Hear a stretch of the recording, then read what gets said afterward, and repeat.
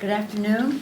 This afternoon sent a letter to the president expressing concern about the increased militarization and lack of clarity that may increase chaos. I'm writing to request a full list of the agencies involved and clarifications of the roles and responsibilities of the troops and federal law enforcement resources operating in the city. In our nation's capital, peaceful protesters are confronted with the deployment of various security officers from multiple jurisdictions, including, and this is important, unidentified federal law enforcement. Further in the letter, I say, to make matters worse, some officers have refused to provide information and have been deployed without identifying insignia, badges, or nameplates.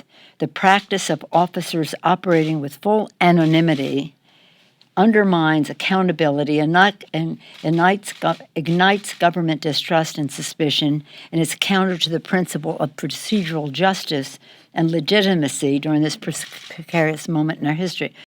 One of the things I'm going to ask the chairman of the Armed Services Committee to do is to enable the mayor of Washington to be able to call up the D.C. National Guard.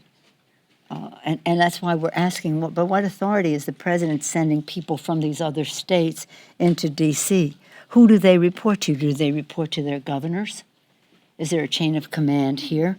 But I think what they did on the steps of the Lincoln Memorial was so stunning. That's why the word militarization is in my letter. The White House put out some kind of a statement saying that the president there with the Bible at St. John's was the equivalent of Winston Churchill going to the ruins of London, or George W. Bush at 9/11. I rest my case. We do need, I quoted a classic Ecclesiastes, a time to heal.